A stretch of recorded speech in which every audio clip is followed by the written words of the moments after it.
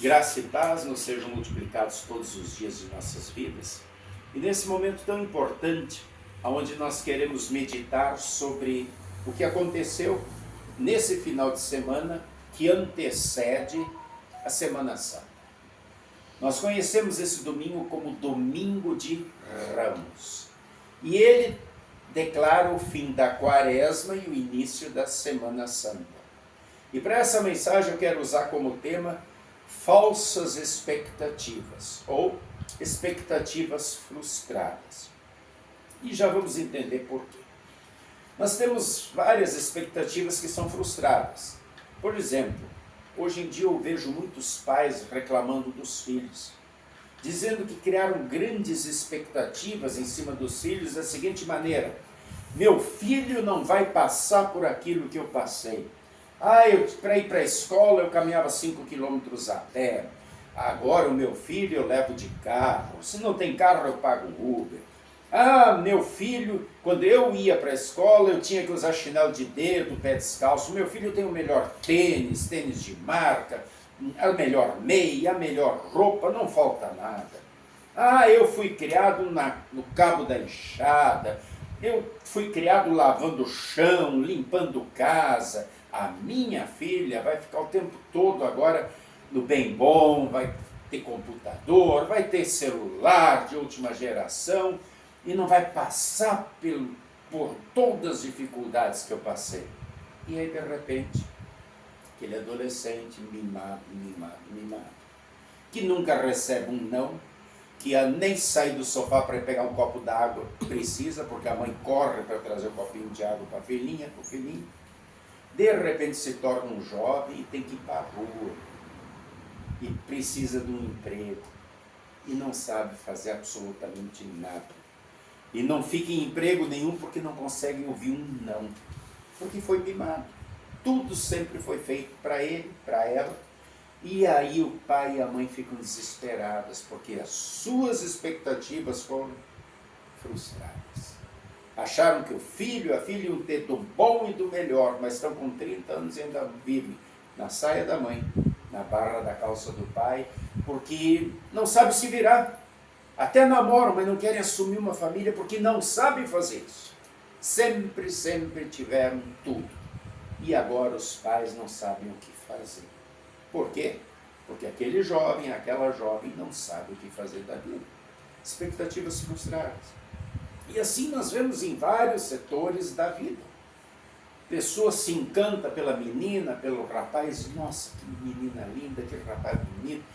E aí quando vai começando a ter mais intimidade, vê que não era nada daquilo.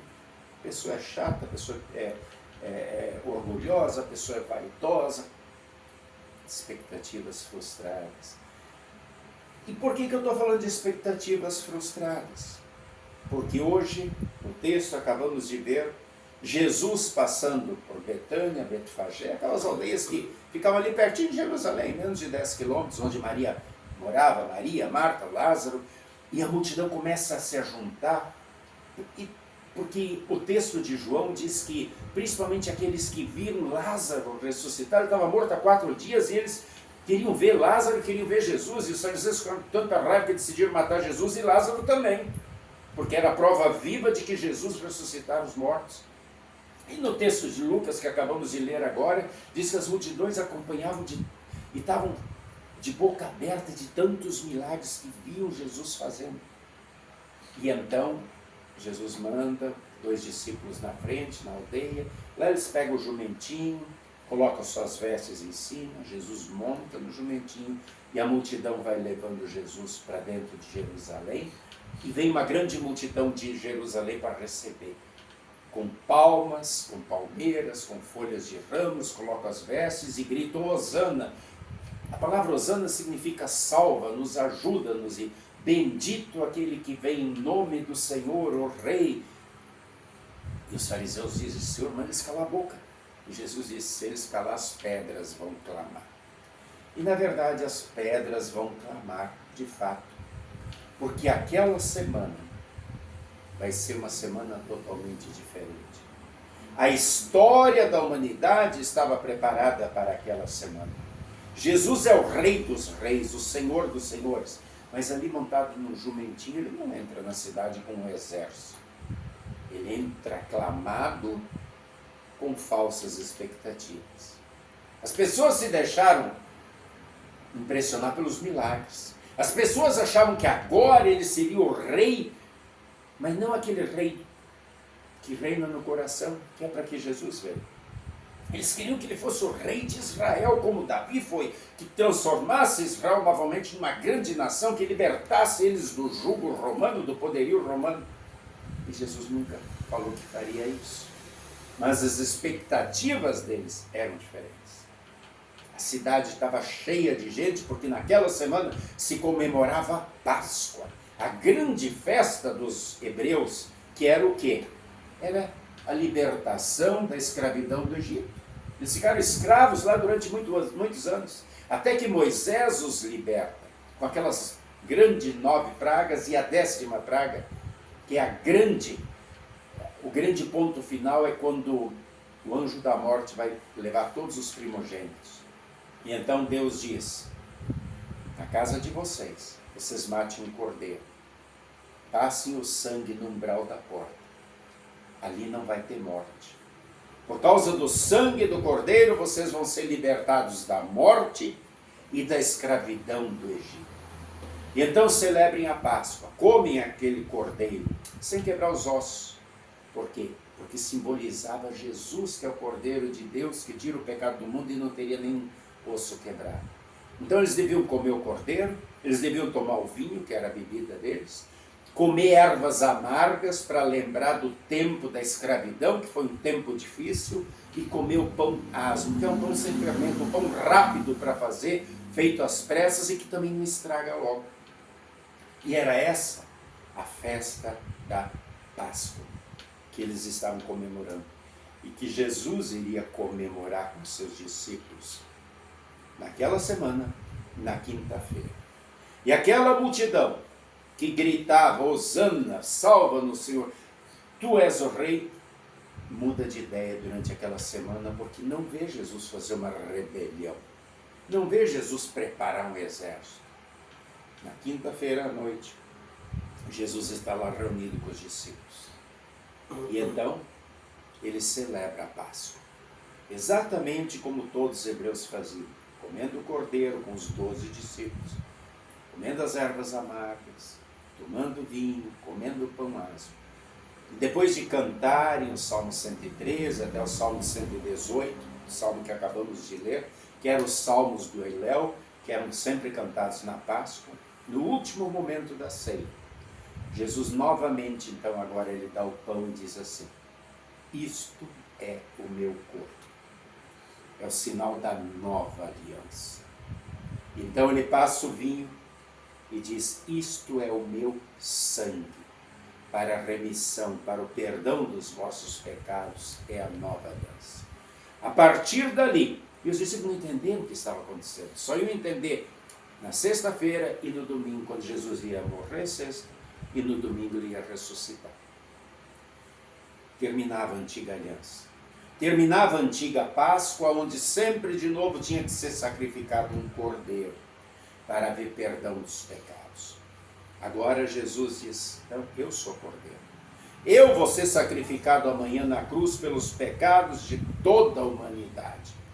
E aí, quando vocês vierem na Santa Ceia e receber o pão, vocês estão recebendo o meu corpo, estão sendo revestidos do meu corpo. Quando receberem o vinho, vocês estão sendo lavados pelo meu sangue de todo o pecado, porque eu sou Cordeiro de Deus que tira o pecado do mundo. A antiga aliança apontava para a nova aliança. A lei, os 10 mandamentos que deveriam ser cumpridos e que nunca eram cumpridos, porque a gente sempre de novo peca, eles mostram a nossa falha, o nosso problema com Deus, e apontam para a solução, que é Cristo. O único que cumpriu perfeitamente os 10 mandamentos. Portanto, a lei, ela termina em Cristo. E ali nós temos o Evangelho, que é o nosso Senhor, o nosso Salvador, que dá vida por nós. Para isso que ele veio, não para ter um reino terreno, mas para reinar e morar em nossos corações. para nos dar o perdão dos pecados. E por isso que toda vez somos absolvidos quando pedimos perdão. Toda vez que vamos na Santa Ceia, recebemos junto com o pão o corpo de Jesus, junto com o vinho o sangue de Jesus, que nos lava e nos reveste de Cristo. E então, quando Jesus termina a Santa Ceia, ele diz: é a última vez que eu estou celebrando com vocês, a próxima vez vai ser lá no novo céu e na nova terra. E quando Jesus morre, tudo isso se culmina quando ele diz: está consumado, terminei, fiz o que precisava ser feito. E quando Jesus ressuscita no domingo, ele mostra que o Pai aceitou o seu sacrifício. E ele venceu o inferno, a morte, o diabo por nós. E quem crê, vive nessa fé, também vai ressuscitar para a vida eterna. E aí nós lemos o texto agora dos Filipenses, de Paulo aos Filipenses, capítulo 2, 5 a 11, onde Paulo diz assim: vocês que são cristãos, tende o mesmo sentimento, façam igual a Jesus, que sendo Deus, ele não usou o poder dele de Deus enquanto estava aqui na terra, a não ser nos momentos dos milagres. Ele se esvaziou, ele se tornou um ser humano para poder sofrer e sofrer todas aquelas dores até a morte da cruz pelos nossos pecados. Ele se esvaziou da majestade divina, nunca deixou de ser Deus, mas não usou seu poder de Deus porque ele estava no seu estado de humilhação. Por isso Paulo diz, ele se fez servo, e a palavra servo ali quer dizer escravo. Ele estava o quê? Escravo à lei de Deus. Ele precisava cumprir perfeitamente aquela lei e dar a sua vida por nós. Ele cumpriu isso perfeitamente. E quando ele ressuscita e faz a vontade do Pai, agora ele assume novamente a sua majestade divina com todo o poder. E agora o texto de Paulo diz assim: quando nós estivermos na frente dele, no dia do juízo final, todo joelho vai se dobrar. Aquele que se tornou servo, humilde, que foi crucificado na cruz como um bandido, é o Senhor dos senhores, é o Rei dos reis. E todos vão se dobrar. Os que estiverem vivos, os anjos já se dobram o tempo todo lá no céu, e aqueles que foram para o inferno vão ter que reconhecer também a divindade de Jesus e o seu senhorio. Tudo isso aconteceu nessa semana.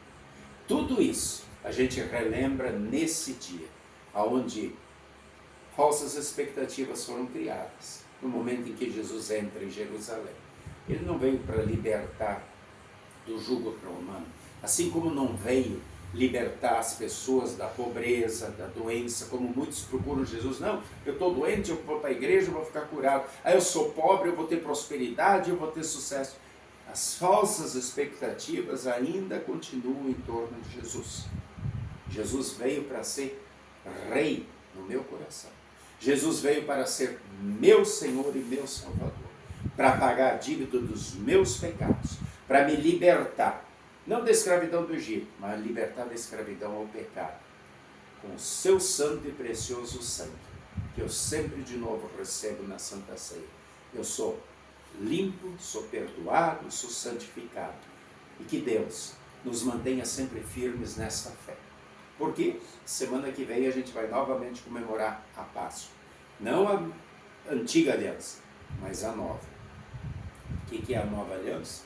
Jesus, nosso Senhor e Salvador, o Cordeiro de Deus que se sacrificou por nós, venceu a morte, o inferno e Satanás, para que nós agora também possamos ressuscitar e ter vida em abundância, vida eterna. Que assim seja. Amém. E a paz de Deus, que excede o entendimento humano, guarde nossos corações e mentes até o grande dia, quando também estaremos ajoelhados na sua presença, ouvindo do nosso Senhor o grande chamado: vinde benditos do meu Pai, para entrar no reino que eu preparei para vocês. Que assim seja. Amém.